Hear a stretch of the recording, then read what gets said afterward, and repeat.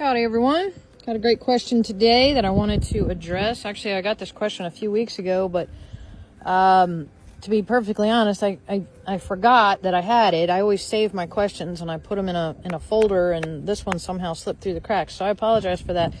But anyway, this topic today is how to select a good farrier for your horses. Okay, what to look for in a good farrier. How do you know if your farrier is one that you want to keep or one that maybe you want to move along? So great question. For those of you who are not familiar with horses, a farrier, that is spelled F as in Frank, A-R-R-I-E-R. Farrier is someone who trims your horse's feet. Okay. And this is a very, very necessary, hey, don't do that. This is very necessary thing or professional to hire for your horses, because horse, obviously, it's one of the most important part of your horse, their feet, because they're standing on them all day long. They're they're carrying a tremendous amount of weight on those feet. So a horse's health, many farriers will tell you, a horse's health starts at their feet. Sorry, we have some herd drama going on here. The temperature dropped today for the first time in quite some time. So everyone is very frisky today. It's a little breezy, but we finally broke that horrible humidity that we've been having, and everybody is just super frisky. But anyway, farrier. So, this is such an in-depth question, and I don't want to get hate mail from people about farriers, because, farriers can be a pretty controversial topic. But yeah, how to choose a good farrier. So this is all my opinion. You do your own research. You come to your own decisions on things. My horses are barefoot horses. That means that they do not wear shoes. Okay. In other words, they are not shod, S-H-O-D, not shot, shod. So if a horse wears shoes, metal shoes that are nailed onto them, they are considered shod. Okay. A barefoot horse is considered just as it sounds. They do not wear shoes. Okay. So my 3 horses are all barefoot, which means that every few weeks they get their hooves trimmed by the farrier. Their hooves constantly grow. The thing about horses is their teeth constantly grow and their hooves constantly grow. Their mane also constantly grows, and their tail will constantly grow. So there are things on horses that you do have to maintain for their overall health and wellness. So their hooves are one of them. And how to find a good farrier is, well, you're going to want someone who, first and foremost, is communicative and shows up on time, or at least reasonably on time. I mean, we all are certainly aware that there are going to be times when maybe they're dealing with a difficult horse, or they're having a problem with traffic, or maybe there's an emergency or something like that. So these things are certainly, considerations. But by and large, if your farrier tells you, hey, I'm going to be there at noon on Thursday, and 12 o'clock comes and goes and you don't hear from them, and then suddenly it's 1 o'clock and then 2 o'clock, that's just not cool, because you're standing there, you're waiting, sometimes you're in the heat, you're in the rain, you're in the freezing cold, and if they can't communicate properly, well, that's a pretty bad sign. Okay, so you want someone who is communicative and who shows up when they say that they're going to be there. Okay.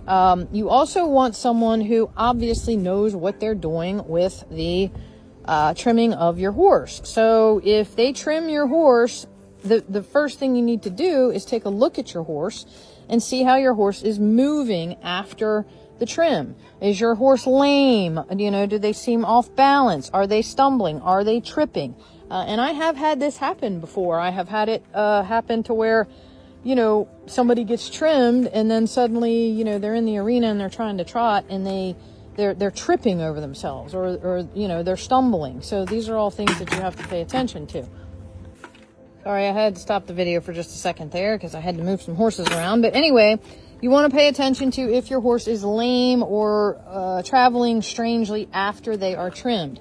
The other thing you want to expect, or hopefully should expect from your farrier, is that your farrier actually listens to the needs, your needs, and what you feel your horse's needs are, okay? So, I mean, this is just like a circus here.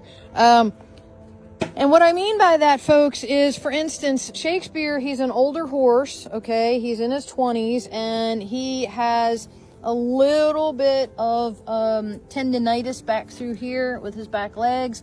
And, you know, he may have something going on with something called DSLD back here, but we're not positive on that because he is a gaited horse. So anyway, it's just something to keep an eye on, and easy. And, you know, my farrier knows that, and she takes extra time with Shakespeare, and, you know, she goes a lot more gently with him. She gives him breaks. She lets him rest when he needs to rest, because sometimes when she's, you know, like, for instance, picking up this foot, he can't put a whole lot of weight on that one, and he needs to rest. So she gives him the time to rest, and she really takes her time with him, and she's very compassionate with him. So, you know, someone who is understanding of your horse's physicality, and they're not just getting in here and being like, oh, well, I got to get out of here, and, you know, really rushing with your horse. So, that's another thing that I personally value in my farrier, someone who is going to meet the needs of my horse and also hear what my concerns are. You also want a farrier who's actually going to, you know, school you a little bit, because sometimes, you know, we think things as horse owners and we're like, oh, well, blah, blah, blah, blah. And they're like, well, no, actually, you know, this is a new development, or their foot looks a little different, or something like that. And on that note, you want a farrier who is going to tell you what is going on with your horse's hooves.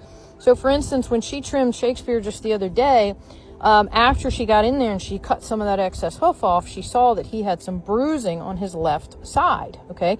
He had some bruising on his left front, and he had some bruising on his hind left as well. So that could have been from many things. It could have been from something like this, you know, rocks. He could have been down at the creek stomping, splashing, kicking water up to his belly to cool down because we've had extremely hot temperatures. He could have smacked a rock and he could have bruised his foot. But my farrier pointed it out to me, and she said, look, you need to pay attention to this. If he starts to go lame, or he starts to take a bad step on that foot or that side, this is something we want to keep an eye on, we want to watch out for. Your farrier should be communicating these things to you. Your farrier should also not be aggressive and abusive to your horses.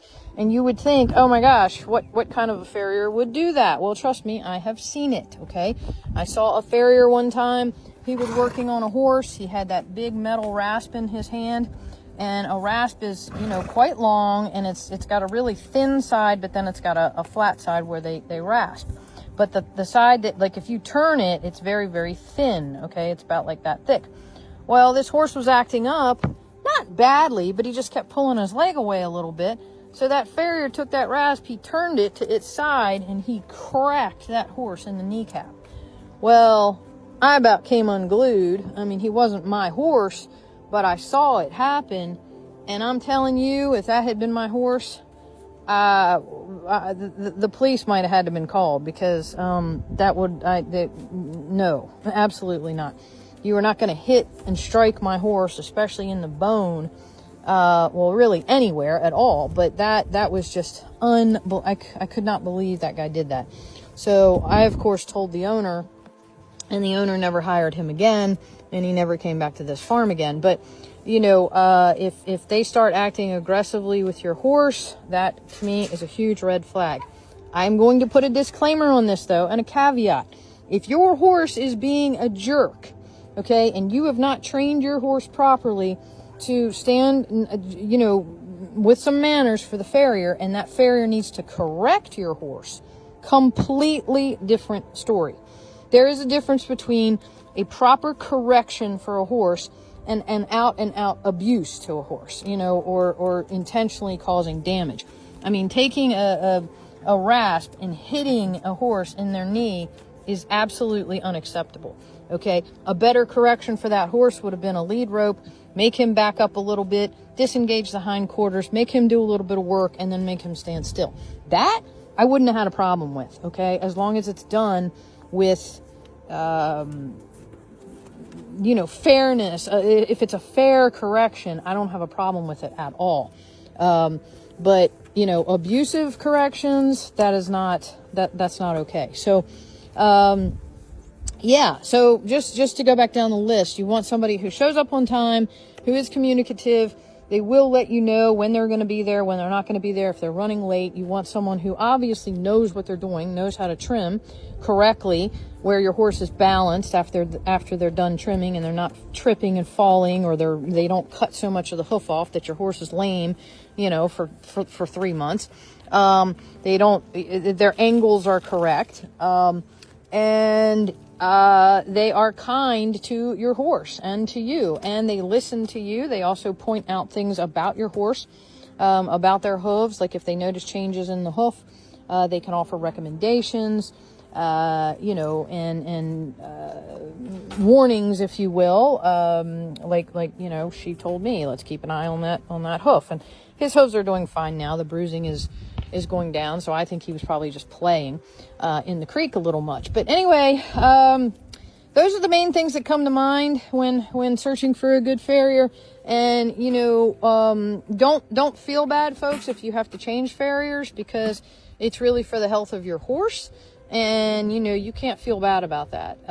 You really can't. So, yeah, I hope all this helps. Sorry for all the distractions. Like I said, they are very riled up today, and they're being super silly.